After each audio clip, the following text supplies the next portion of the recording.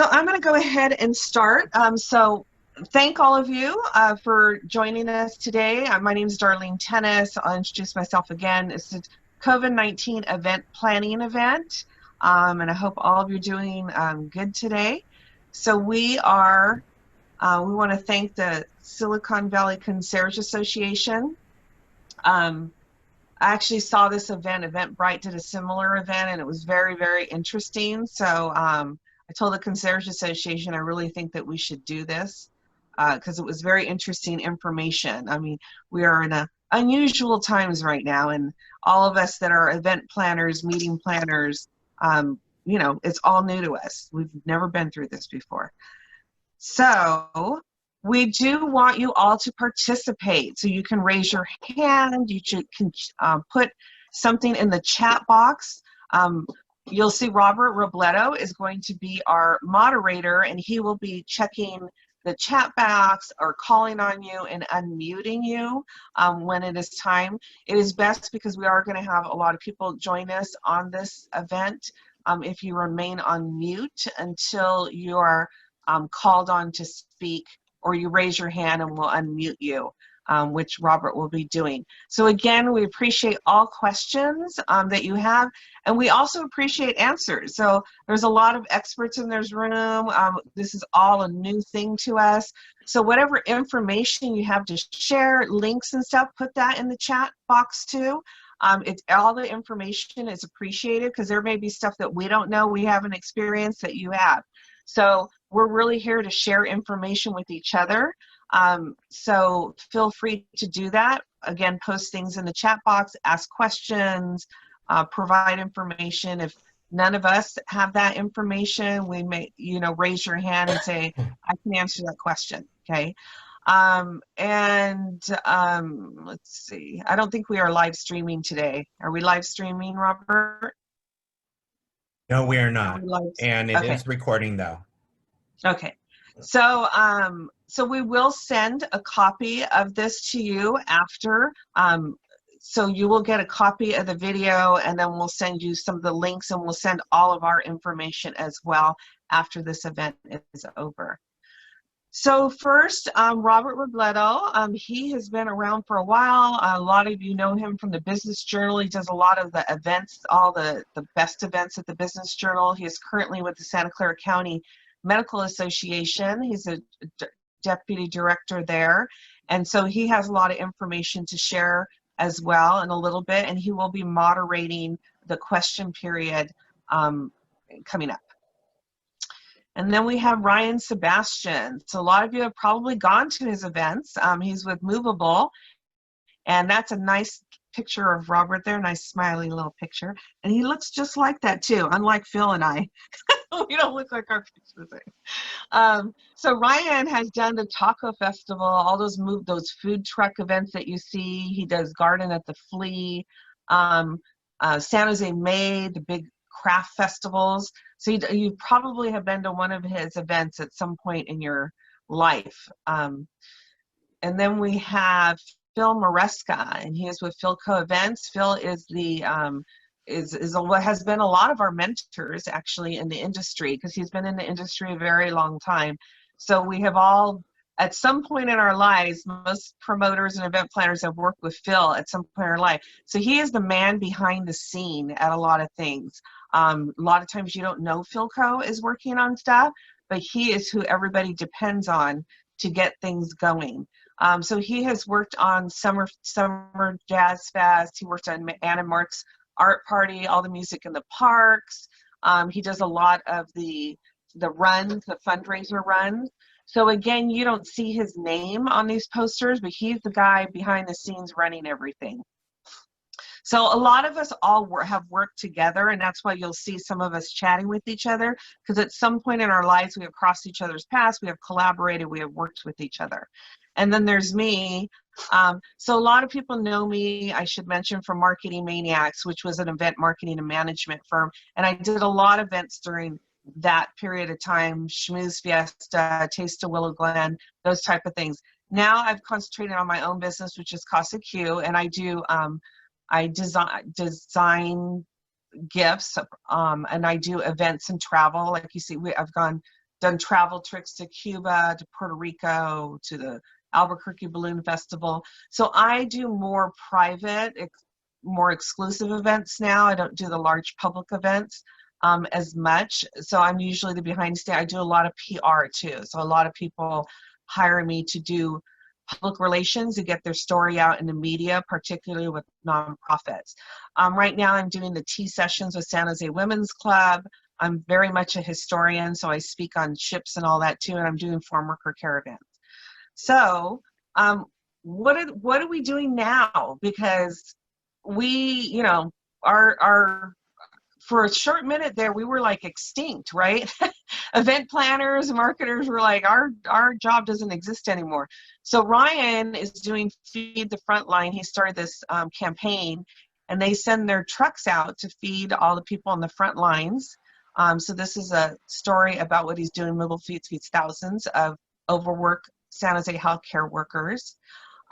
Phil is doing the COVID-19 testings that you see. So they have hired him to organize those throughout the county. And so he's busy doing that. You know, it's different events, but they're still events, right? Or as Phil wanted to name this thing, just don't call it a gathering, because gatherings aren't allowed right now.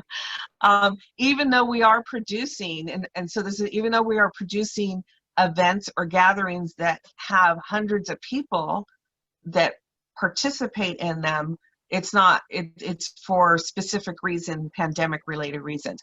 I'm doing the farm worker caravans right now. And when I did the first one in April, like, I didn't know what the hell I was doing. There was no events.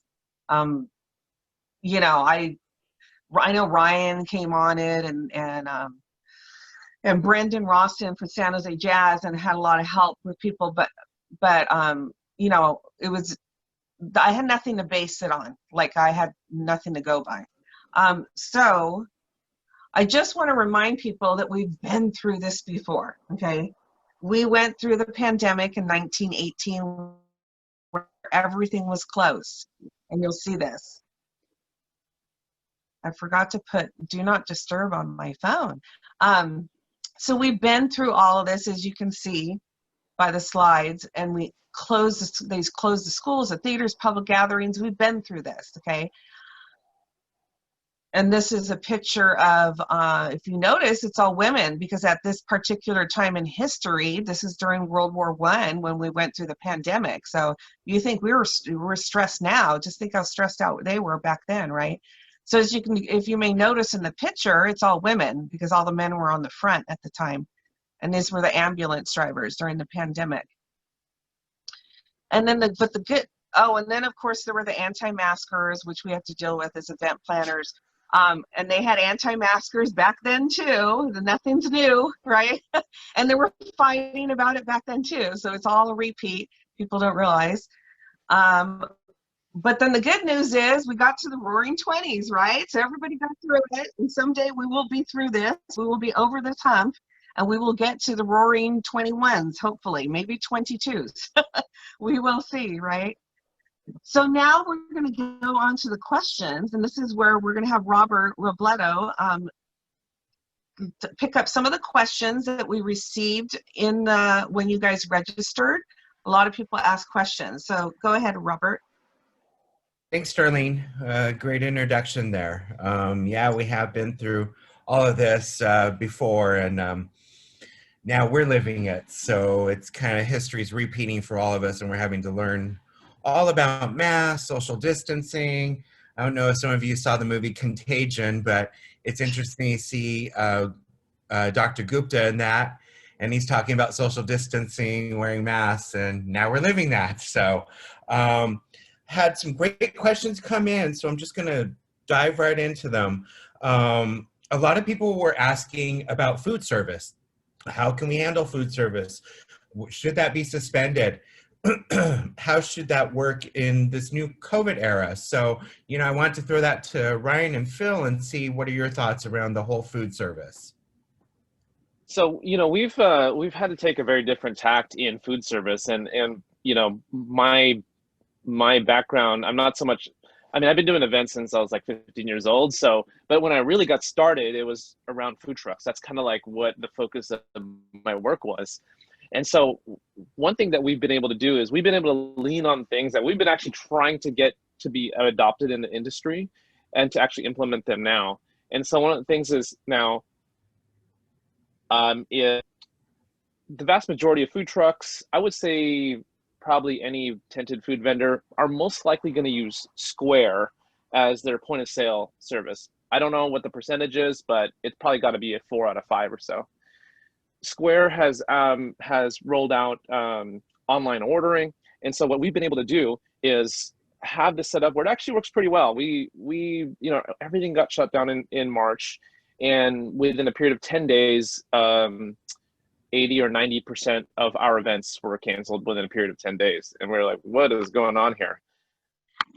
We started working with apartment buildings to, because we knew everyone was sheltered in place.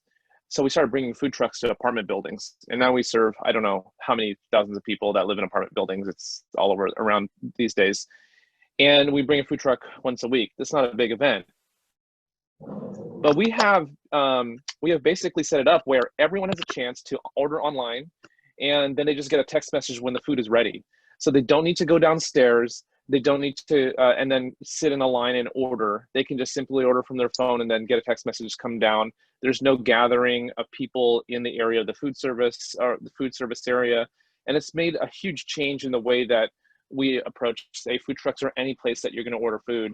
Because, you know, as this slide shows, is that we're not going to be, who knows if buffets, these type of things will ever come back in the short term or even the near term. So, you know, if for us, using leveraging some of the technologies has helped. At the same time, we're still very limited in what we can do. So Ryan, how about the packaging of the food? Because we were considering doing like a food truck event. And one of the things that came up working for the Medical Association, one of the things that came up is, you know, how are you prepackaging that? What's the handling protocol when you're giving that food out to the attendee? I'm sure they're paying a little bit more attention. So yeah, talk a bit about that. Sure. Well, the county health department has done a great job of actually having a checklist for restaurants, any food service that is ready to actually serve, you know, that they're COVID-19 safe. And so what we're seeing is the term that you want to be looking at, and I'm sure you guys have seen, is no contact. And sometimes I've gotten service that's supposedly no contact from, say, like a delivery service, and I'm thinking, no, you definitely touched that. But I think with food trucks and food service in general, we want to make sure that the items are obviously individually packaged, that it is a lot of things around no contact are contrary to some of the environmental goals of the past. Everything is individually wrapped, the napkins, the forks, it's in a bag. You know, there's a lot of additional kind of waste that's generated from this process. But what we found is that if you could eliminate the point of sale where people are not handing a credit card or cash over, if that food is made, then once it's made, because it's usually heated and that helps with all these, the transmission of anything like that, and it's individually packaged, it's handed over to someone, that removes so many different points of contact, or I wouldn't say fully eliminates, but it eliminates the most of the potential points of contact when someone gets food. So everything's individually wrapped. So Phil had a question and more comments regarding galas, and that was actually on my mind, Phil, because we're having to cancel our gala coming up in November. Still trying to figure out maybe there's a way to do it, but what are your thoughts around galas and food handling? Well, thanks. And I noticed that we have a lot of guests who are with nonprofits, and my business works significantly with nonprofits. And so I went to a drive-through gala just last week for Valley Medical. And they had entertainment, they had prizes and games, they had a silent auction, and they also had a meal service. And the way they handled it was the meal was cooked and individually packaged, and then it was set in when you drive through, you popped your trunk and they put your meal and your bottle of wine in the trunk, and you drove away and brought it home and ate it. So that's one way that galas are handling it. I'm working on another gala for Hunger at Home next month at the end of October. And we've decided to change that a little bit since they are about preparing meals. We are getting a professional chef to design a meal for people to cook at home. So you basically go through the drive-through, you experience and interact with the event from your car. And then as you're leaving, they put a box of ingredients in your car of everything you need to know, everything you need to cook your meal. And then when you get home, you tune into the YouTube video of this professional chef showing you how to cook the meal at home. And then once your meal is done, you take a picture of it, you post it on Instagram, and there is a contest for the best looking meal. So this is a way to still have your gala, still make it happen, but also engage the audience. And that's one of the big things that I've learned about taking your events into the virtual field, is that this platform doesn't make it's not easy to engage. It's real easy to disengage. Many of you have already turned off your video. So it's important that you make your events engaging. Yeah, that's interesting that you talk about that, because that was actually one of our questions too, how to engage the audience. So Ryan, did you want to speak to that as well? Well, no, I was going to just make a point that one thing that we found out really early in the process is that how you cue your customer or the attendee is going to be really important when they're picking up the food. And so usually point of sales or some sort of ordering software that's going to be used is going to have some sort of way to limit the every 15 minutes, only a certain amount of orders will be picked up. That prevents kind of unnecessary gathering when they're picking up items. That's all I wanted to add to that. Darlene, how about you and food handling? I don't think you really do that many events. I've known you for a long time. But talk to us a little bit about what you're seeing and what's happening in your world around food handling. And then we could get back to the question regarding audience engagement. So the food handling for me is I'm dealing with lots of volunteers at the food drive aspect of it, and then the caravan aspect. So the volunteers, as you know, we got to feed them a lot of times because they're there for 4 or 6 hours. So I've had to be, think about that, because we can't have pizza, for instance, where everybody's putting their hands in the same box. We have to have individually wrapped sandwiches or individual, chips and things like that. We were doing stuff at San Jose Women's Club, and a lot of those women want to cook and bake and drop off stuff for us, and we had to say, no, you can't do that, because we can't have this home cooked stuff that's on a platter for everybody to dig their hands into. So we've had to be very careful about that, and that people should consider when you're going back to your office as well and dealing with volunteers. You have to think about how you're feeding them and not have the candy bowl out and all that kind of stuff. As far as the food drives, we have everybody wear masks, wear gloves when they're handling everything. We have lots of disposable gloves on hand. So when they do go to lunch and then they come back, they have to always put on a new pair of gloves. People tend to use the gloves and they keep using them, which doesn't do you any good. You actually have to throw them away and get a new pair of gloves, which I'm sure you can talk to that, Robert, too. That's with all the food donations that we're gathering for people, and we're trying to do very minimal contact.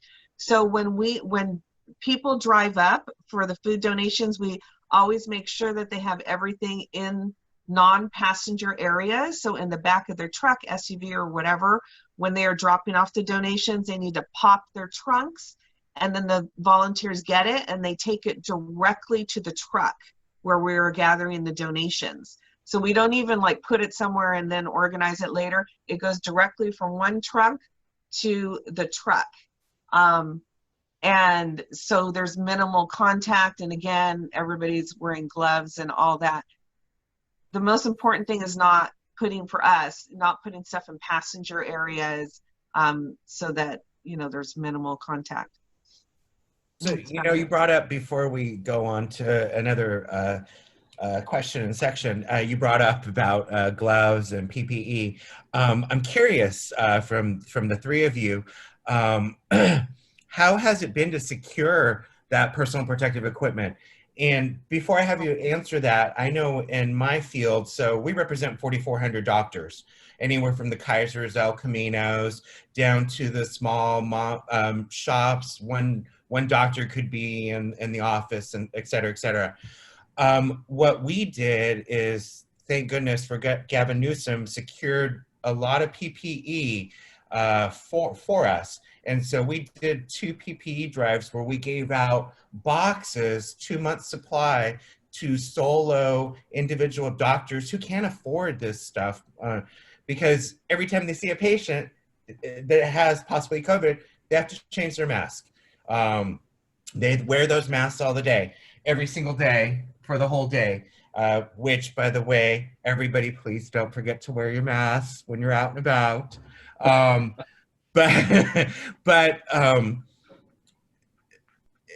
that box alone was over $4,500 of PPE equipment. How have you been able all to secure, and is that an issue for businesses that are here on the line as well? Phil, do you want to answer that first? Yeah, I think it was a significant issue in the first few months. But lately, and you know, you mentioned Gavin Newsom. I think that in some states they had to take this on because the federal government didn't, in securing large quantities of PPE so that they were available, because you saw what happened to toilet paper. You couldn't get it. So, and in the early days, it was hard to get masks and gloves and disinfecting equipment. And now finally, it's everywhere. I mean, I was at the flea market this weekend, and you could buy thousands of masks in all types and shapes and sizes, and for cheap. So the availability now is it's not of consequence. Brian and Darlene, what are your thoughts around that? Well, for me, it was a significant issue with the farm worker caravans. Again, we started in April, which is when we shut everything down. And so it was very, very difficult to get. So we had individual people, and they were like, you know, I got a friend, and I got, you know, Tio Jose over here, and this guy over here, and they can get it from other countries, actually, is where they were getting it from. And shipping it here. With the farm worker caravans, of course, these farm workers are out in the fields all day long, working night and day, putting food on every single one of our tables. And not only are they worried and working, living in migrant housing, going on the buses all together, working side by side. So they have a very, very high rate of COVID-19. And not only that, but they also have pesticides issues as well, because they're working in pesticides all day. So masks are very important to them, and they are not provided with them, if you can believe it, by their employers.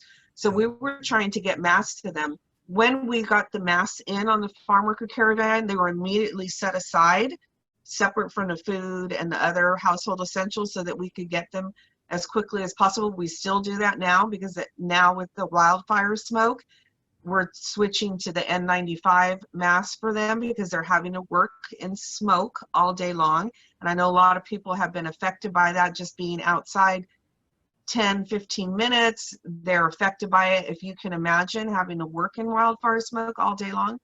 So masks, I can't even tell you how important it has been to what we're doing, how difficult it was to get in the beginning. It is easier to get now, but there's 420,000 farm workers in just the state of California, because we provide 50% of fruits, nuts, and vegetables across the nation. Yeah, so that's a lot of people that don't have money to be buying masks. So we definitely take all the masks we can. I think there's a lot of people, and thanks, Darlene, to you and your organization for what you're doing, who forget that the farm workers are essential workers, and we need to ensure their safety and their health. And my parents were both migrant workers, so you and I have had this conversation. It's very important, so glad to see someone doing that. Let's pivot over to audience engagement, but I want to put this question with another question we got. So a lot of people are talking about virtual events. I know, Phil, before we started this, you were speaking about virtual events and what you're doing in that area. So maybe the three of you could talk about what do you think as far as virtual events go, and how to get the audience engaged in that? Because I hear throughout that, oh, Zoom fatigue, and it's unfortunate people don't realize that this is probably going to be the way it's going to be for a while. And when we do live events, it's going to be very small, limited live events. But Phil, why don't you talk a little bit about that? Yeah, okay, thanks, Robert. As everybody knows, engagement is one of the most important things. And I think in the beginning, when people first flipped to virtual events, they forget that, that it was such a new thing that people were flocking to them because it was a great thing. We did back at the end of April, we moved our Sofa Music Festival from the streets, where we would have 3,000 or 4,000 people watching bands, online, and it was new and different, and we had 7,000 unique visitors watching watching hundreds of musicians play from their living rooms and kitchens. So it was, in the beginning, it was easy. If you did it, people would come because it was a new thing.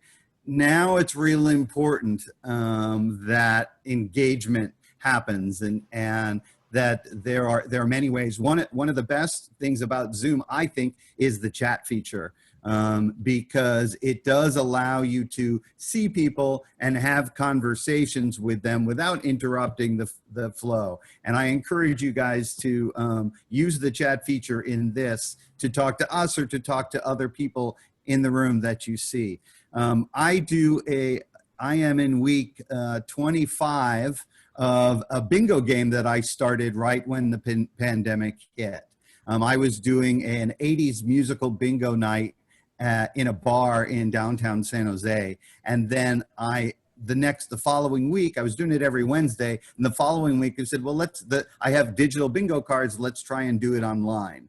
And it became very popular. In the bar, we would have 20 or 30 people playing, and online we were having 70 or 80 or 100 people playing bingo from all over the country. So but the important thing for me was making sure that there were things that were engaging. I was playing music. I was using a quality music interface. I was providing people with a digital bingo card so they could play at home, but also seeing the other faces and being able to interact in the chat was really important to people. And now, 25 weeks later, I have a bunch of regular people every Wednesday night that come to my game because they want to see other people. Many of them are people who are compromised in some way and still can't leave the house. So being able to come to a game and interact with 40 or 50 people who are now your friends, even though you've never met them,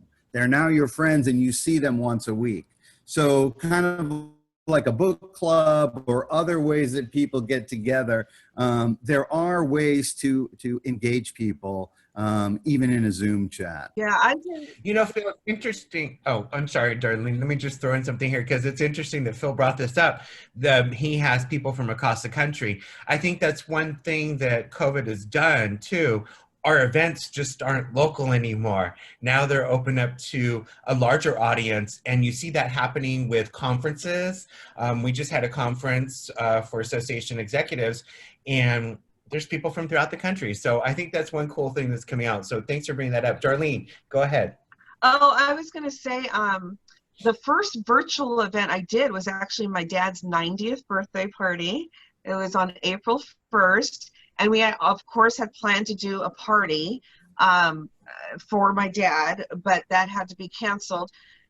We weren't sheltered in place yet at that time, but gatherings were already banned, okay? So so we did a virtual party, and I did a trivia game online, and when I asked questions about my dad, did you know, my dad has had an interesting life. So he was like a radio host, and he was a bullfighter in Mexico. And so we would ask different questions about him, and then I'd show a picture. And then we also did scavenger hunt in the very beginning, which people had a lot of fun with. So we put up on the screen in the beginning of it a list of items. And because we're a Mexican family, we had, you know, bring a flour tortilla, bring a beans, bring, you know, we had all this little different stuff, you know, of like, you know, bring a stapler or whatever. And so they had to go run on their scavenger hunt. And of course, the people that had families and kids won because they sent their kids out. Go get this, go get that. But it was fun to watch everybody get it all together. So scavenger hunt was really fun. And we played, I can't even remember the third thing we played, but we played games online, which was really fun, and it kept us active. So there's a lot of things you can do online. The screen that I have up too is virtual, real virtual ones. So there are some companies now that are doing ones where you're in a virtual trade show or a virtual room where it's like you're in a game. And so you create your figure like you would do in a game, and then you can go around, you can go to the booths and stuff like that. So that's coming in too. I'm in the industry where I have products, and so all of the trade shows have been canceled, particularly because a lot of products come from China, as you guys know. A lot of the big trade shows that happen in January, they happen, but all the ones that happen in July and August were canceled, and they're doing some limited trade shows, but the big ones in Las Vegas and New York and all that were canceled. So some of them are going to these virtual trade shows where you go to a booth and you can see what's inside their booth virtually, you know, so it's interesting. Hey, Ryan. You know, yeah. I was just kidding. Yeah, go. How about you, Ryan? What are some of your thoughts around this? Well, you know, when I see some of this stuff, like I'm looking at this graphic of the virtual trade show, I think the first thing I think is, well, I'm not like a programmer or a graphic designer, or, you know, I don't know how to do, you know, I'm an event planner. I don't do this stuff. And one of the things that we ran into this challenge this year is every year we do, San Jose Made does our craft holiday fair. And last year that drew about 20,000 people to the South Hall, the Blue Tent at the San Jose Convention Center. And so we're looking at this year, that Blue Tent Hall is now a homeless shelter for during this time. And we said, well, we don't even know if we can host this, you know, this craft fair. It's enormously successful. We'd love to do it. You know, Team San Jose wants to do it. So we've actually gotten, we have, I think, I don't know if it's all done, but we're planning actually to go back there to the main convention center, but we don't know if it's actually going to be held or not. So one thing that we did is we decided, okay, we don't know if that's going to happen. We told our vendors we think it's going to happen. We hope it does, but we're also going to do a virtual one, you know, in addition. But we looked at, you know, we said, well, we're not an e-commerce company. We've never run, basically, we want to put all the stuff that we sell at the Holiday Craft Fair, which is, I don't know, almost 300 vendors selling who knows how many items each. We want to create an e-commerce site for it that allows people to engage in the same way they would at the craft fair. And for some of us, we might be thinking, well, I don't know how to, you know, start an e-commerce site. I don't know how to sell things online. But, you know, for most of us, we've configured ticket pages. We've done all sorts of things that already show that we can do that. So I wanted to encourage Brand Boom. those of Check us. out Brand Boom, Ryan. Oh, okay, yeah. Well, I think one thing that is that you can test these ways, be able to sell things or sell items in a smaller sense before we could roll out a large one. So we ended up doing a small test of the e-commerce site, found it was very successful.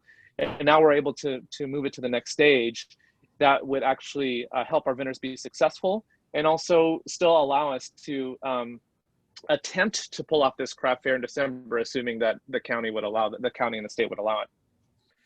You know, there's a lot of discussion happening in chat right now in private questions. Thank you so much, everyone who's participating there. I want to ask the panelists to, because this is coming up quite a bit right now, virtual platforms. So there's been a lot of questions on what platforms do you recommend? Darlene, I know you have a slide on this. So what platforms can you recommend? And to go along with that question, revenue generating with virtual events, and for some of the nonprofits, how can they do that ask via virtually? There is a local guy you should all know and talk to, Marshall Jones. He'd be great, and they do, his company does a lot of virtual events. There's other platforms here that Darlene put up, but I'd like to ask the panelists, you know, what are you seeing with the different types of virtual platforms?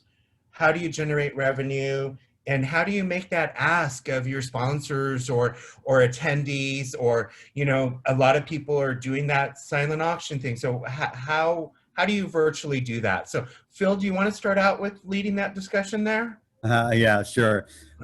So I'm more of a, there are some companies that can handle everything for you, all inclusively. I'm more of a DIY guy. Because I like to figure out what my audience wants and then how I can provide that. And I have not found one all-inclusive solution to doing that. So when we did our first big virtual event in April, we had, it was literally a series of links from our website. So people were able to follow hundreds of links to go and see live music. And that worked for that particular event. It wouldn't work for a gala. You know, there are lots of different, so you kind of have to figure out what it is you're trying to accomplish and then what tools you can use. So, and we're going to talk about this later, but good event planners are very resourceful, and they will help you find different ways to get done what you're trying to get done, because everybody has different goals and everybody has different ways to get to those goals. So your first thing is to figure out in your virtual event what exactly you're trying to accomplish and to adjust and pivot your goals so that they make more sense in this world. And that means knowing your audience. That means knowing how they're willing to give.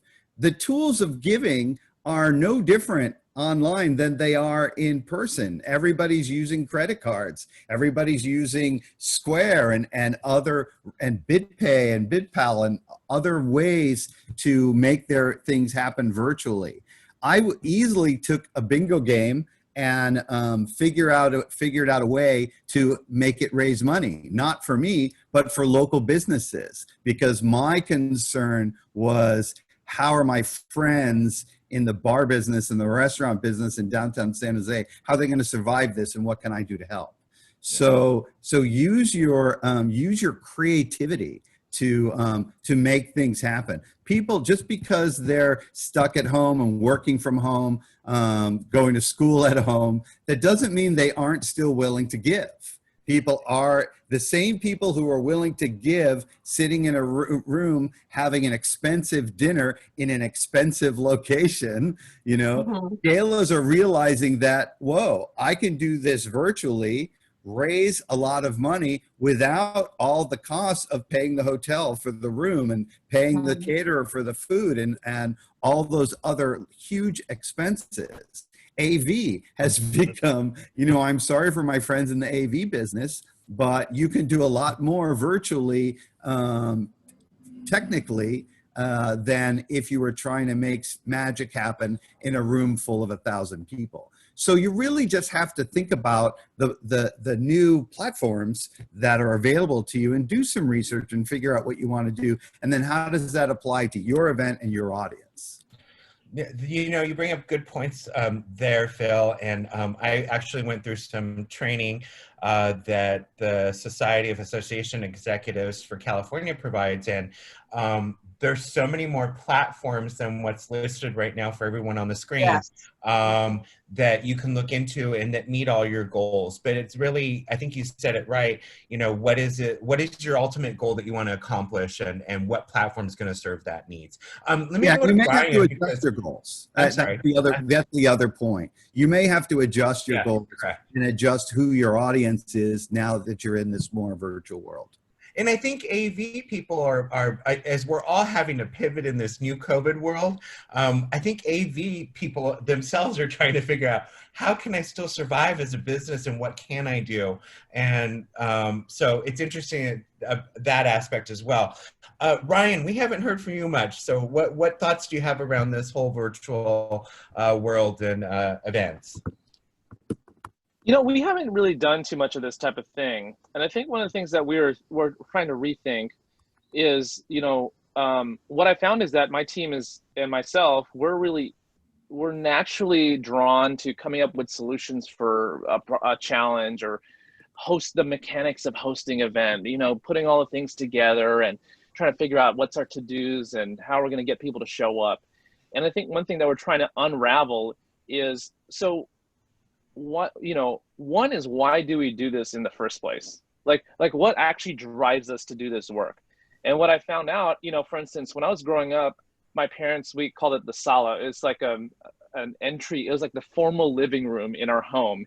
And, you know, that's what my parents called it. And we didn't know what it was. We were just like, we're not supposed to, as kids, we knew we were not supposed to go in that room. Only guests go in that room. And it's the only room that is actually immaculate and really well arranged. But you know what I've realized is that my parents came from a different time, a different culture that valued community. When someone came here, you have to show hospitality. Mm-hmm. And we kind of made fun of it, and we're like, you're not supposed to play in that room. No one uses it. And eventually it just got turned into something else, right? We're kind of in a culture right now where we've gone away from this sense of community, and we have to figure out, okay, right now we have limitations on how we can bring people together.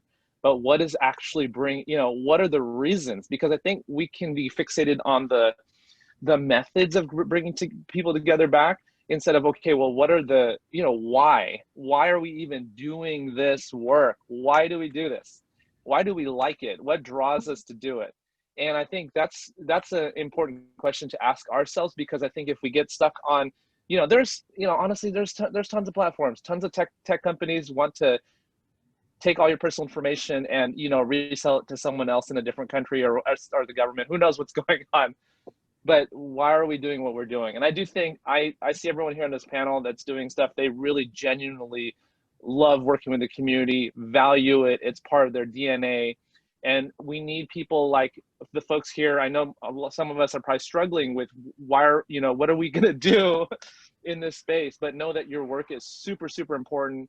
It's what it allows our society to actually come together and survive and work together and collaborate. So sorry, that's not really an answer to your question, because I think the methods we have to be careful about thinking about the methods too much. There's a lot of great methods out there. Yeah. I agree with Ryan, because when I work with clients, I always go back to, what is your goal? And this has been before pandemic. People forget what their purpose or the core of their organization is about, and they get so wrapped up in doing galas and all that. And really, why are you doing it? Why are you doing this event? Is it to raise money? Is it to raise awareness? Is it to educate people? Is it to bring people into your organization? Is it to gain members? Why are you doing this event? And so that's a bottom line, however you're doing an event, like with Ryan saying, whether it's in person or it's virtual, why are you doing it? You know what I mean? And so that's what you always have to think when you're working with people. And that's the first conversation I have with clients is, why are you doing it? And do you still need to be doing that gala? Or do you still need to be doing whatever event they've been doing for 20 years? Because are you really reaching the goals that you want to reach with your organization? So go ahead, Robert. I knew you were going to say something else. Yeah, you know, Darlene, that's so true. And I think the thing about what COVID has probably taught us is that looking at all of what an organization's doing and reassessing, and do we need that anymore? We've been doing it for 20 years. You and I have known each other for 20 years, Darlene. We were 9 years old. Yeah, that's right. Yes, well, we were 9, but we all, I think, are doing that right now, and I guess that's a plus of COVID. I hate to say that, but it's something that it's actually some objectives, and where do we want to move our organizations or nonprofits, to what level and where? It's coming up a lot in the chat too about being involved and being in the events industry now, as an event planner, as an event manager, as event director. So I'm going into this industry. COVID's happening. Is there going to be anything for me to do once things calm down or once COVID's over? So I want to have the panel speak to that, about where they see our industry going now that COVID's here and after COVID. So whoever wants to start out on that. Well, I'll jump in with that, because before the meeting started, Phil and I were chatting about how all of us, Phil, Ryan, and myself, we're all entrepreneurs, okay? So we don't work for anybody. We create our own income, which is very different. And so we have to hustle and flow with whatever's going on, because we still got to earn a living. So we are very creative, and we are very, like, you have to figure things out instantly about how to switch and groove and, go with the flow, as any event planner knows. But when you're an entrepreneur, you're doing it to live. So I think that has been a big aspect. I forgot what the original question was. I got. Well, I mean, so people coming into the event industry, or if you're in the event industry, how do you see that industry is going to be right now in COVID, and once COVID is over? Yeah, I think that this comes back down to, like, how do you break this down to a fundamental, like, what makes it, like, some of us are in the events industry because we like events. Just like when we said, you're like 6 years old, you're like, I like ponies, I want to be a veterinarian. When you don't realize you actually need to be like a doctor for animals. And are you a good doctor, or do you just like ponies? And I think for us in event planning, we have to look at our skill set differently than saying I'm an event planner. Like Darlene was saying, what we really are is we're engineers. Because we come up with all sorts of crazy jerry-rigged solutions for problems that no one would have ever thought of. We hopefully are good at managing people, because we have to manage volunteers, which sometimes that's a very complicated issue, because sometimes volunteers are not very useful. Not to diss volunteers, I'm just saying paid staff is the best. Okay, pay your people, don't overly rely on volunteers. We have certain skill sets that may lead to other things that may not just be event based. I know most of us probably work, I'm assuming if you're event planning, you like people, so you're probably going to be around people a lot. So because here's what I think is going to happen. I think there's going to be massive disruption, like there already is happen. I have a strong footing in the food service, which is seeing massive disruption, barring any major other government stimulus. Probably 60-70% of restaurants are going to go out of business by second quarter of 2021. We're talking about huge systemic changes to our industry.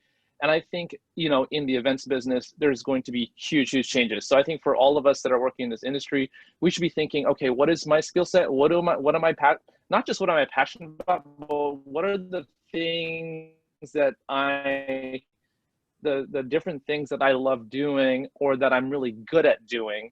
How can that apply to whether it's literally event planning, or it might be something that's a related field? Because it's going to be, this is not magically going to, once the vaccine comes, whenever that's going to come, it's not like this is going to magically change and all of a sudden we're going to have 10,000 people in an enclosed space. I mean, this is going to be a long, we're going to be going for this for a long time. This is, some of these things are permanent changes to how we, I've always said portable restrooms, will those ever come back? Will any of us feel comfortable using a porta potty ever again? I don't know if some of these things are going to change forever. So Did we ever though? Did we ever? you know, Ryan, it's interesting. We just had James Reber ask, it's difficult producing events right now because nobody really knows how long COVID's going to be around. From the medical field, I want to just jump in here before I get Phil to answer. I will tell you this. If we don't do social distancing, if we don't wear our masks, if we don't do what our health officials are telling us, COVID's going to continue to have that up and down. And what I mean by that is when we had 4th of July, look at the spike that happened. When we had Mother's Day, look at the spike that happened. Labor Day's coming up now. If we're not paying attention, this is going to continue to spike. The other thing that I think everybody on the call should know, we didn't just have the second wave. The second wave is coming. And Right. It's going to be worse because we also are going to have the flu season to deal with on top of it. I caution you all to really pay attention to what the health community is saying. If a vaccine comes, and it won't be at the end of this year, it'll probably be the beginning of next year. If and when that vaccine comes, you're going to have to think about, we got the vaccine, then you're going to have to put those are at high risk, those that are working the frontline workers, then everybody in the general population. So to distribute that, it's going to be a while. So COVID, the short answer is going to be around until probably the first or second quarter, if not longer, in 2021. So even though we're asking, should we invest time in pivoting and doing this virtual stuff? I think so, because it's going to be around for a while. Phil, I want you to jump in on that. Okay. Well, I want to pick up and thanks, Robert, for saying that. It's really important. I wanted to take off a little bit on what Ryan and Darlene have been saying. One of the things that I recognized early in my career is that there are certain things that I'm really good at. I started an events company not because I wanted to produce events, but because I wanted to help the community do their events better. And so what I recognized in my skill set was logistics, and that I was pretty good at problem solving, and I was pretty good at taking a step back, looking at the situation and saying, okay, have you thought about this? Have you tried this? And that is a skill set that I've learned to apply not just to clients, but to all aspects of events. And just to give you an example, if anybody digs in and actually reads that story that was in San Jose Inside about me, it was talking about how all of the testing sites were having significant problems because there were so many people interested in giving a test, in getting tested.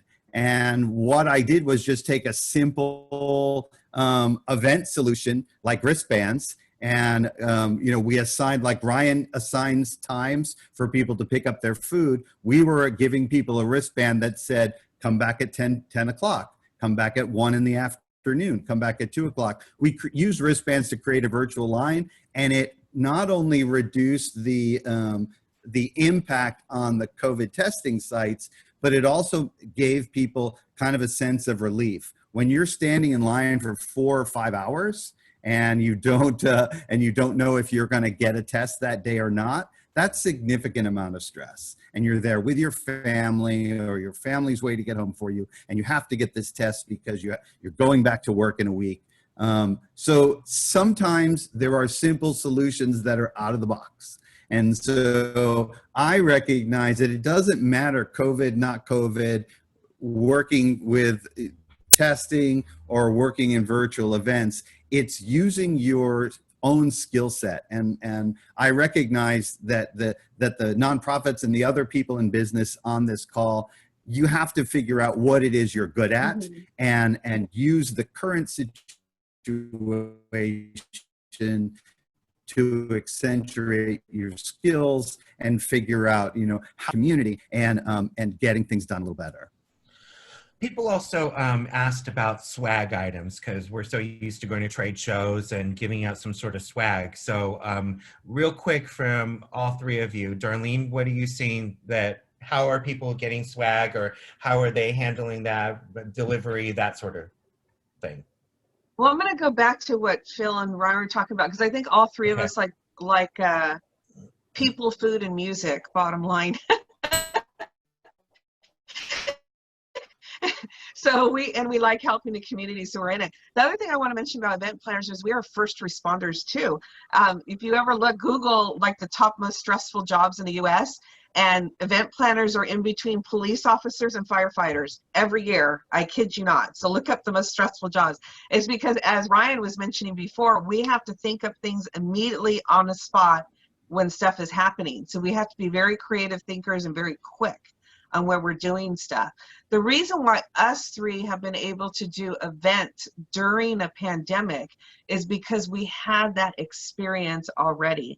The other thing, and this is what people pay us for, is that we have contacts and we have experience. So when during this epidemic, when you can't get anybody on the phone, like I can text Phil, I can text Ryan, I could text somebody at the city of San Jose and say, hey, I need a parking lot this weekend to fit 90 cars. So we have all those contacts already, and we all know in the industry already who's been around for a while, who you can trust, who can get the job done.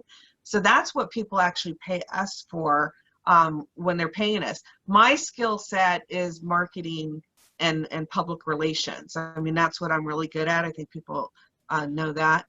And then anything for food, just go to Ryan. I feel like Ryan's business is just going to explode even bigger with all the food truck stuff coming out, because everybody should be using food trucks. In fact, some of our events coming up with farm workers, I haven't talked to Ryan yet, but we want to bring food trucks out to them too. So I got to talk to him later. I want to mention the slide that's up.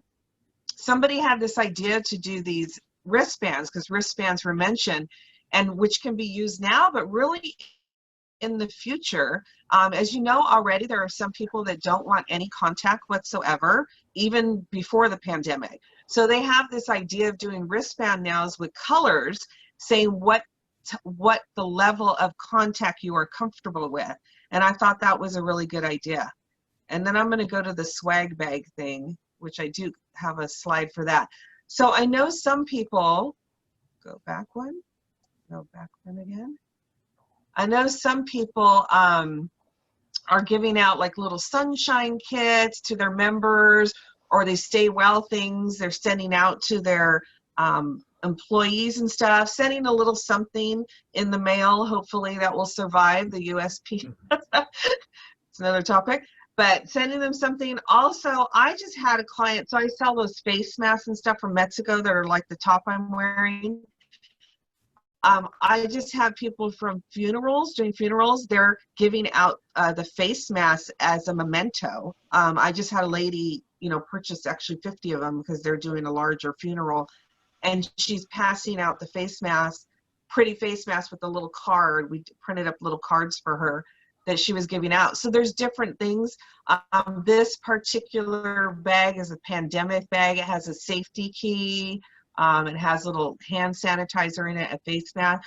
So a lot of things are themed towards the pandemic, or what people are giving out. We are giving out swag bags to the participants in the farm worker caravan. What we are putting in there is more pertinent information. It's more like Census is putting information in there, but Census also gave us like swag, like water bottles and the bags and all that kind of stuff. And then there's some other companies that have put stuff in, like a cereal company, and because a lot of these companies right now, they had all this product that they had planned to give out during the festivals, right? And there's no festivals now. So they still want people to sample their products. So we have companies that ask to put we average 90 cars, but in each vehicle, there's 2 to 4 people in the vehicle. So that's hundreds of people. And there's really no events happening right now with hundreds of people. So that's why people approach us to put stuff in the bags for our participants. Go ahead, Robert. Oh, so there was the one question asking about swag bags, and I think it was from a nonprofit. Instead of you taking on those costs of FedEx or going to the post office all the time, ask your sponsors to help out too. Or what a lot of sponsors are doing, that okay from your attendees, and a lot of people are okay with this, where they're receiving it at their home, and nobody's having an issue with that. So, Phil, did you want to add on to the swag bag? Yeah, I want to give a quick idea that I stole from or noticed at the drive-through event I went to. When you arrived, they hung a bag on your rear view mirror. On your outside of your car, they hung a swag bag on that mirror, and every time they wanted to give you something, even the bands could walk up and slide their business card into that bag. Oh, that's a good idea. So it was a great idea. Plus, it was a cool bag. I liked the bag. So that's one way to do swag at a drive-through event, is to just hang it on their mirror, and then every time you drive through, people can drop stuff into the bag. So we're running out of time here. Actually, we're a little bit over time right now, but we started a little late, so I think everybody's okay. Let's get some final thoughts from each panelist, maybe a thought on what you want to focus on, something we might not have gotten to in our discussion. And then I think, Darlene, you mentioned that you'll be sending out a copy of the recording and some other tips to all attendees. Do you all want to hit some sort of final thought? Yeah, I'll start. My final thought is that I feel like I've been successful because I see COVID as a new and very challenging venue. Rather than a problem that I can't possibly fight, how do I incorporate these new rules? As event planners, we're very used to rules, and we in San Jose, I'm very used to the rules changing every year, whether it's the police or the fire department or the health department, the rules change. So being able to adapt new logistics to those rules is part of what I do. So I've seen the COVID crisis as a new venue that I have to deal with. What are those rules, and what makes common sense? A lot of people complain about all the different messages we've been getting from the federal government and the state government and the local government, and they don't always align. Well, that is a product of where we are right now, and that's just something we have to deal with. So I've found that trying to find common sense solutions that address social distancing, that address little to no contact, that address the problems of COVID, and then making creative solutions is how you're going to survive. Thank you. And yes, November 3rd. Ryan? I was going to say, in order of like what not to do, starting what not to do first and maybe going to what hopefully it would be the opportunity is, the first option is keep on doing the same thing you've been doing prior to this pandemic and all other things happening this year, and then just spend a little bit more money on advertising, or try to just do a little bit more of what you're doing, or work harder. That's probably not going to work very well. There's also the other second option would be cut everything to the bone, just try to survive, keep cash in the bank so you don't run out of money. Lay every single person off you can, and hopefully you can survive. That's like option 2, which I actually think would be better than option 1. Then option 3, I think, and this is what Dan Vado, I don't know if I'm pronouncing his last name correctly, is I think what we were, my organization was hoping to do, which was take the time to reassess why we were doing what we're doing, and pivot hard towards something new. Because I think we've had a lot of things that we've made assumptions about, or we just got comfortable with, or it's always the way we've done it. And so instead of trying to just do the same thing over again, we've really tried to look at everything, invest in people, and continue on and try new things. And it's been an interesting path for us. And I think right now this whole crisis is forcing us to make these changes. And the event planning, if this is going to be a marathon, I hope that we could we would look at these and try to figure out what is our new direction, because it's going to change if we're going to try to thrive going forward. Darlene, final thoughts? Well, I want to mention this screen that we didn't get to first, which is the registration for the farm worker caravan. Just because I do add an in-person event, and so I added that in, and then I actually recruit volunteers from the participants, so we don't have additional people, because the less people that we have at a live event, the better. So we actually recruit people who are actually going on the caravan to be the volunteers as well. But I just wanted people to see so in Eventbrite, you can add a liability waiver into your Eventbrite thing that people sign. So I just wanted to mention that. But as far as, somebody had just asked me this yesterday, how they see future events. And I really see future events becoming hybrid events.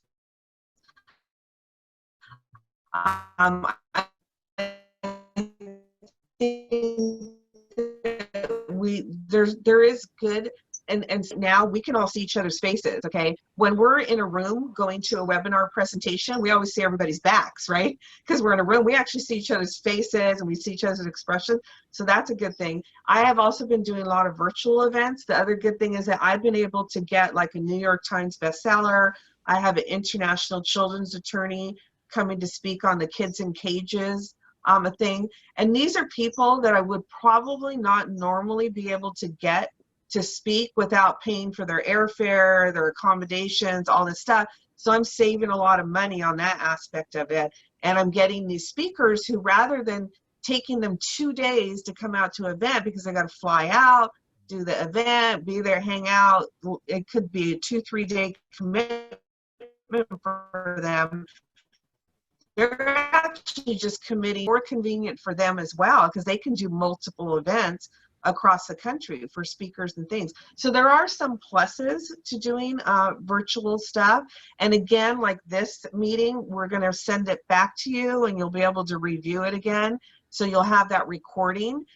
So that's great. There's a lot of things. But again, I see hybrid events being in the future where people who cannot, there's people that might have medical issues, or they're caretakers, or they had newborn babies, or whatever their thing is, where they can't go out to a convention. And there's people that are able to show up, and they can show up still, because live events are not going to go away. People want to gather together. I mean, I think that's what people miss most, is gathering with other people, and that will come back. But I believe it'll be hybrid though in the future eventually. Great.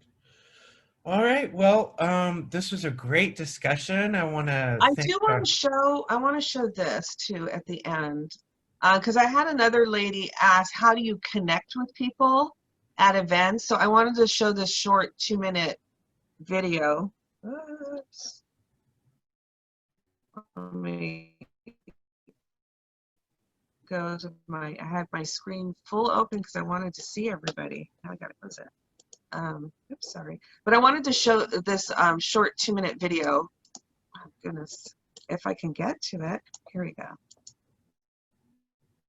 And then you'll see the social distancing in here and how we parked people a car apart and some of the stuff that we did.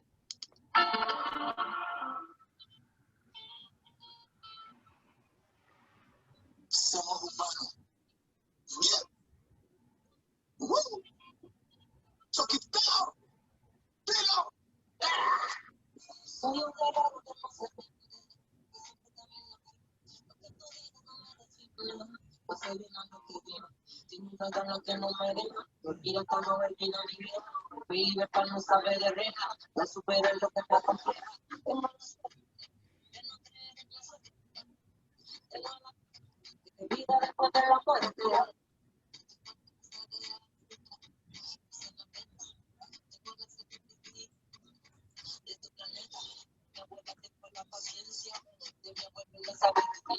padre me quedó experienciado y de mi madre la compañía. Tengo cosas que antes no tenía, de donde vengo yo allá de ti. No me las quiero dar del Mesías.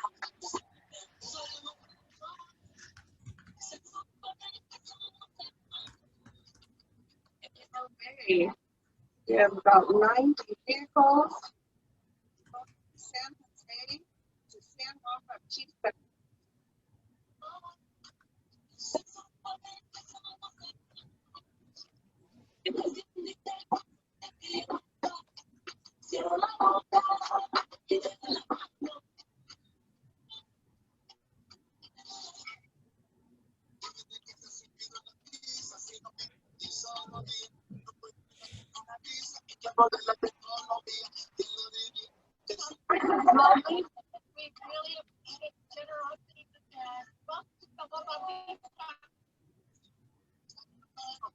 Pues perdona, si no te llenas lo que tú tienes, nada jamás te podrá negar. Un paso a la vez, no precio más, pero tan solo si.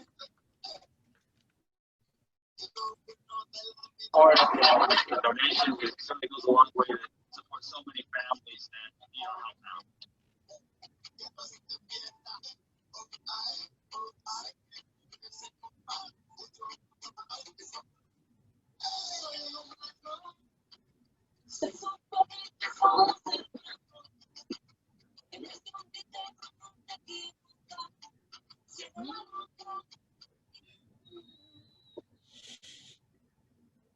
So that is the end of that.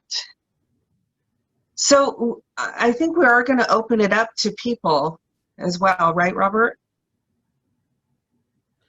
Good question. You guys can all unmute yourselves if you want, whoever's left, and if you have a question, you can just go ahead and say it. We have a lot of people, so we'll see. Does anybody have any other questions that they want to ask? Darlene, can you turn off your screen? Oh, yeah, I'm sorry.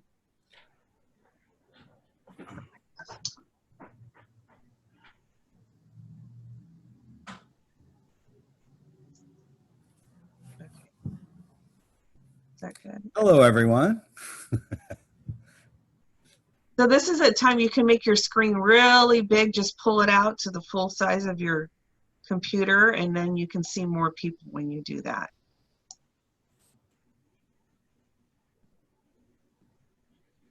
So if anybody has a question or anything, this would be the time. Hi there.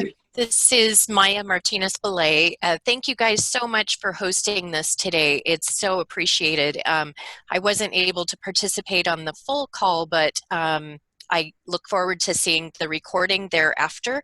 Have you guys talked about the topic of when you have an event, how do you deal with folks that don't want to wear their face mask? Did you guys touch on that?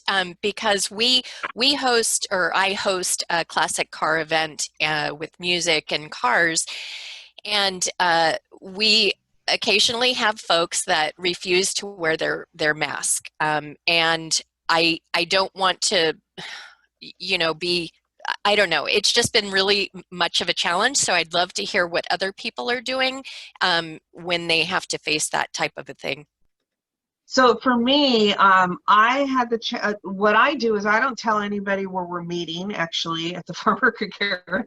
Now, I know you can't do that, but I don't tell anybody where we're meeting at, and I don't tell anybody where we're going. They don't find out where we're meeting until 7 p.m., and we meet at 8 a.m. that morning. And that's so we don't get all these people that don't follow rules. I also have people register. Registration is a big thing. As you can see, I have that liability clause on there. They are emailed all the instructions saying we're keeping social distancing. You are required to wear a mask. I mean, that's the registration. The first event I did, I never communicated so much with my attendees.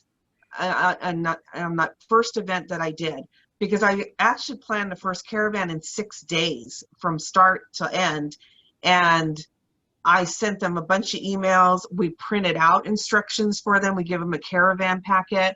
So we really, really stress it, for me, registration is key.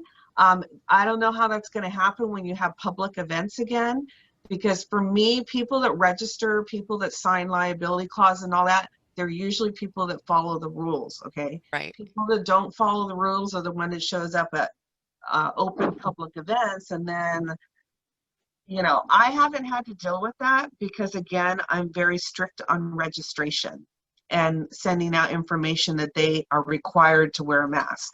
So I believe the health order, though, is that masks are mandatory in our state.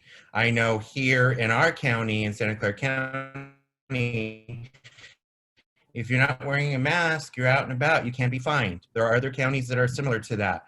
So my opinion is, and I'm starting to do this out in the general public, do you have your mask? It's not just for their protection. It's my protection as well, and protecting those that are around us. So I think knowing what the county order is the most important overriding factor there. Yeah, we did bring extra masks for people and hand sanitizer and all that in case somebody did not show up. We actually have not had anybody show up without a mask. And again, I think that is because we have people pre-register. But we were prepared for that, telling them that, you know, we would just hand them a mask and say a mask is mandatory, is what we planned on doing. But we actually haven't had that problem. You know what, Darlene, too, there's also the fact that people are saying, well, I have a medical reason. I have a medical reason. I don't need to wear a mask. My personal opinion is you shouldn't be out then. If you don't want to Right. don't be out. So, but here's the thing about the medical that I want to make sure that you all know. There is no card from the state of California that is for people who come up and say, well, I have a medical reason to not wear a mask and here's my card. Nuh-uh, that does not exist. So just wanted to give you that FYI out there. Thank you, guys.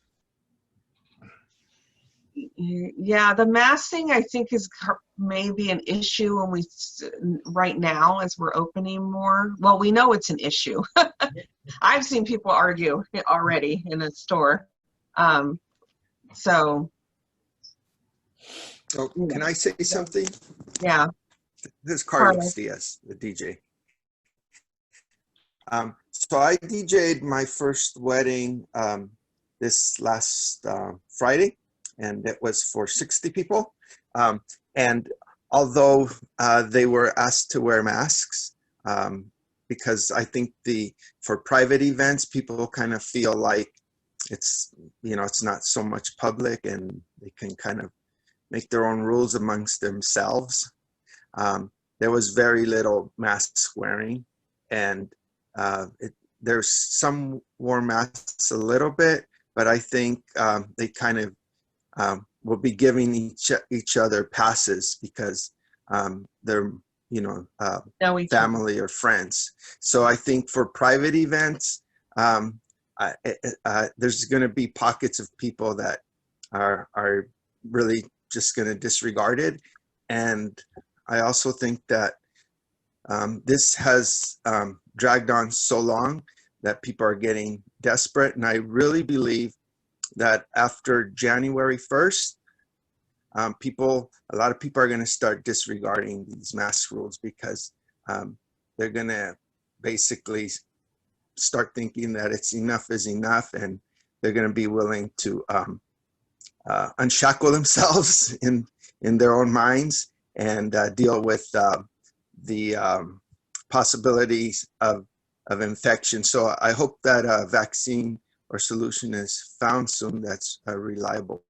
But I think, say if it does carry on for into next summer, I think people are just going to say, screw it, we're done with it. So I'm just praying that, you know, things improve and we kind of get a handle on this.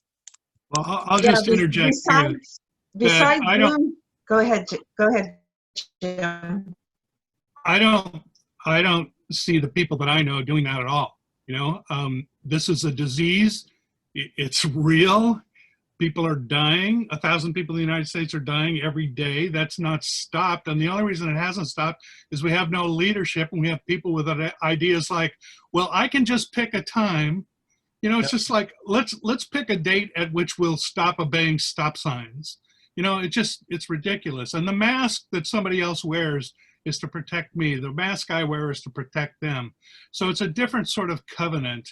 And I think that the more highly educated you are and the more you understand what's actually going on, I mean, the ridiculousness of this is that you can just pick a time and say, well, I'm going to stop, and then it's not going to affect me. It's going to affect you. I mean, I know the people that are infected now, and I won't go out without a mask. And I just know, and again, I haven't done any events in several months, and I'm probably not likely to do for a while, but I don't see people doing that. Maybe it depends on the event, you know, because there is a sort of a... They do. I've seen people at private events. I want to give a shout out to Carlos Diaz, because he has done pro bono DJing for our farm worker caravan on every single farm worker caravan we've done. So I just want to give a shout out to Carlos, and he's a fabulous DJ. I don't even have to say what we need to do. I know he knows what to play and what to do.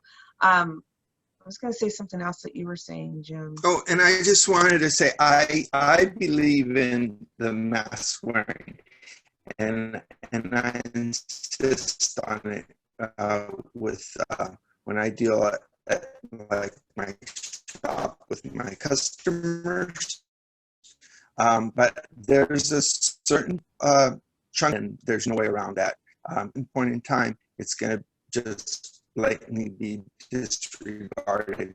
And I'm opposed to that, but I think it's real. Oh, I know what I was going to mention. If you have registrations, you could put it on there that it's required, a face mask is required, you know, and you can say if you have a medical condition and ask them what the medical condition is. But again, you know, when I do travel events, like particularly when we were going to Cuba, this is kind of unrelated but related, in people that have issues.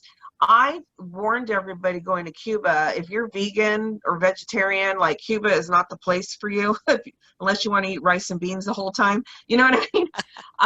Because, you know, outside of California, when we're traveling, I actually always put that warning on my travel things that you will find very limited options. I mean, in California, we have a lot of options, but when you're traveling, and I say that because I cannot handle everybody's food needs when we are traveling. So that's kind of the mask thing too with the medical thing. They need to stay up front, and you can refuse them if it's your event. You have to remember, I tell people they don't want to wear a mask, that's fine, don't wear a mask, you're just not coming to my event. That's it, period. You know what I mean? It's your event, so you decide what the rules are. Could I interject here for a sec? Mm-hmm. Okay, so I posted in the chat a link to a law firm's website, FisherPhillips.com. They handle a lot of nonprofit stuff and do a lot of pro bono stuff. They have in their resource section, it's a 5-step checklist basically for how to handle people who refuse to wear a mask. And I have used it to great success at our space here at Art Boutique, although I have to admit I haven't really had that many issues. But step one, right up at the top when you go to that link, is like you absolutely have the right to refuse service or require your employees to wear a mask, right? That is absolute. There is no argument. So Robert, the rest of it is kind of common sense type of thing, training or whatever. But the last part of it deals with Robert's point there about the ADA thing, which he was talking about people flashing that card, which is complete nonsense. That is the sticky wicket. That is the one where you really, really need to educate yourself if you're in the event business. And personally, from my experience and my perspective, a lot of these folks are going into businesses and going to spaces without a mask, hoping for a confrontation. They actually want that attention. Because as much as we, as rational human beings might think that, well, I'm going to wear a mask, and I'm certain probably most people here are going to wear a mask. people who come in looking for that kind of confrontation, who are, probably being followed with someone with their own, camera and putting it on Facebook Live or whatever, they have people who will go out and support them for not wearing a mask. So that's one of the things you need to understand, that kind of confrontation, they've already made that choice when they entered in to your business, whether it's a Costco or whether it's a comic book store, whatever it is. If somebody walks in this day and age, especially if you're very proactive and you've got signs that say you must mask required for entry, those people who are walking in without a mask, they're challenging you. They want that. So the best thing you can do is not give it to them, right? So the ADA thing, the American with Disabilities thing, that is a problem, because there are instances where someone could have a medical issue which wearing a mask would be a problem.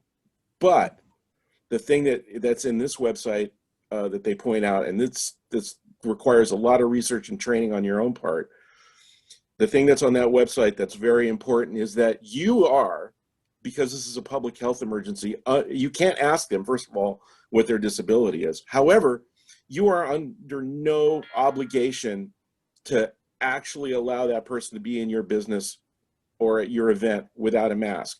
What you are obligated to do is find a way to accommodate them, right? So this is like one of the things we're talking about earlier, that was talked about earlier, and I'm sorry if I'm going on too long, about pivoting towards a virtual event or having a virtual event and a live event that may be going on concurrently. Point that person's like, listen, you can't come in here without a mask. I'm sorry for whatever your issue is right now, but you can't come in here without a mask. You can see this at home, right? You can see this on your phone. You can stand just outside and pick this up on your phone, if it were an event. If you've got a store, you can say, I'm offering online sales, if as long as you're offering them an alternative. In this particular instance, that's all you need to do, but you need to be able to do it.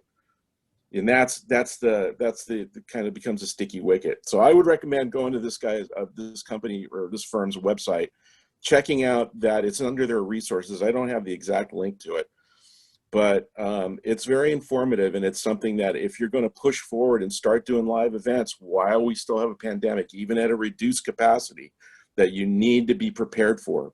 Because like I said, the people who are walking into stuff right now who are not wearing masks, they want that confrontation, right? And it's like, I just kicked someone out of Art Boutique the other day, and it's just like, oh, I don't need to wear a mask. I have a condition that restricts my breathing. And I said, like, dude, the air is filled with smoke. You shouldn't even be out of your house right now. And the guy turned red and then he left. So, I mean, there's ways to handle it, but the big thing is just try to not resist my urge, which would be to punch him in the face and say, now you've got two conditions which are restricting your breathing. So, and I'll just leave it at that. So, does anybody else have any other thoughts or questions?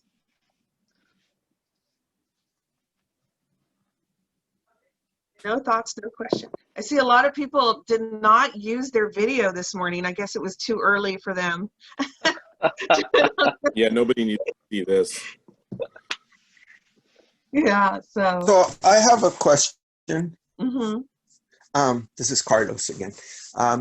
For those that are trying to supplement their income, is there really any successful examples of making decent money by just doing some type of online or live chat type of thing, like on a Facebook? I've just been hearing anecdotally that, you kind of just do it just to do it from other people that I know, but you can't really they haven't really turned into monetizing it too well. So I just wanted to know if someone has any thoughts on that. Yeah, Carlos, I can tell you that some of the people that I've worked with, including my bingo games, it's all about the engagement. And if you can engage the audience and you have a group of people who want to support you, when you make that ask, they will support you. I can give you examples. I worked with ICA, the Institute for Contemporary Art, and they were doing some art bingo games that I was helping them with. And they were extremely successful in raising money because they have a targeted audience of supporters. They were very good at their messaging, and it's really easy to put a link, a PayPal link or a Venmo on your, in the chat or on the screen when you're having your virtual event. And if people are motivated, they will support you. I will occasionally put in my little bingo games. We have, in the past, every week there was a different nonprofit. And nonprofits some of them were making $200 or $300. Some of them were making thousands of dollars just by coming to my bingo game with 100 people and talking about who they are and what they do and asking for donations. So I believe that people are still willing to give, but I think it has to be, it's similar to a GoFundMe. When you have a compelling message and you know how to reach your audience, you can raise money in a GoFundMe. If you just say, this pandemic sucks and we're poor and I have no way of making money, that's not a message that's going to resonate because everybody is in that position, right? Some people, so if you figure out a way to give people, and again, I keep going back to the bingo, if you figure out a way to give people something that's fun and engaging and distracting, and communal, they will, I have a tip jar in my bingo games, and sometimes I make $20 and sometimes I make $200. It's just a matter of, having the opportunity there.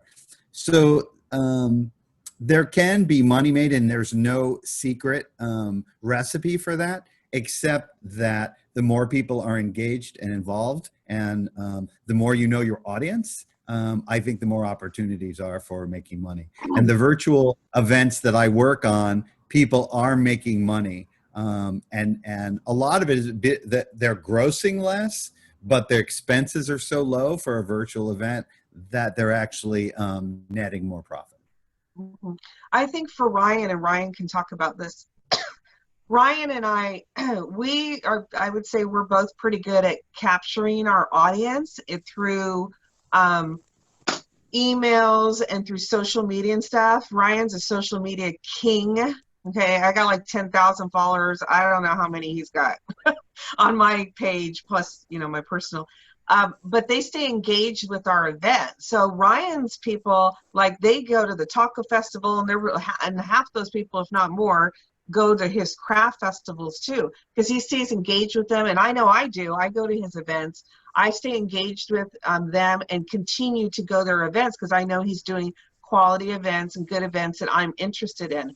And then the events that I do, which are predominantly private events, but I do historical talks, things like that a lot. People are continually interested in that. And so they follow me about Latino culture and history stuff. And so they continue to come to my events, but we constantly engage with them. So I think because you're really good at this, Ryan, why don't you talk about how you stay engaged with your people? Yeah, it's something we're still learning. I mean, I think, we didn't set up to have like a marketing firm or be experts in social media. The reality is we launched during when social media was exploding, and I think it's just the right place, the right type.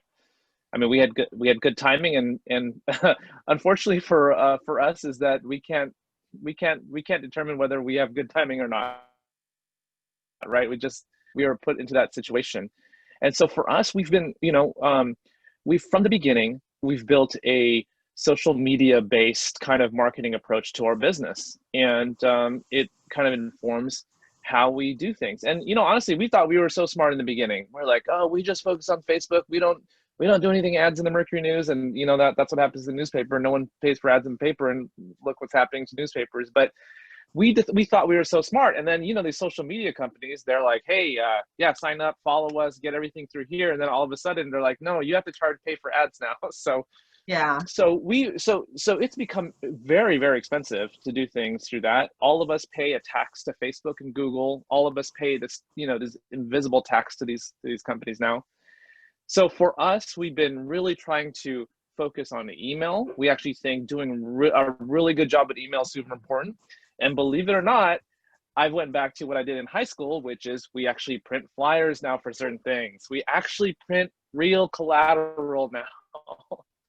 Yeah. Now, it's less in the pandemic, but we found that right now it seems like either the pandemic accelerated trends that are in place, or some things that are old are now the new thing.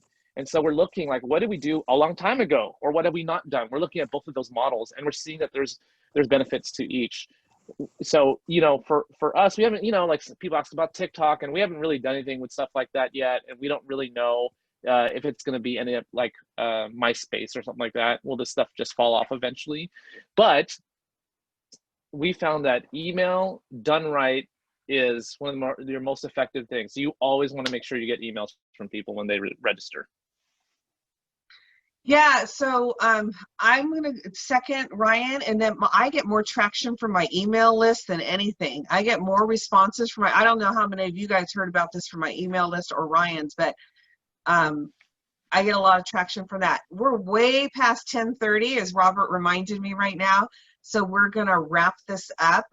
But we will send you all of our contact information and a recording for this as soon as we get that, as soon as I get that together.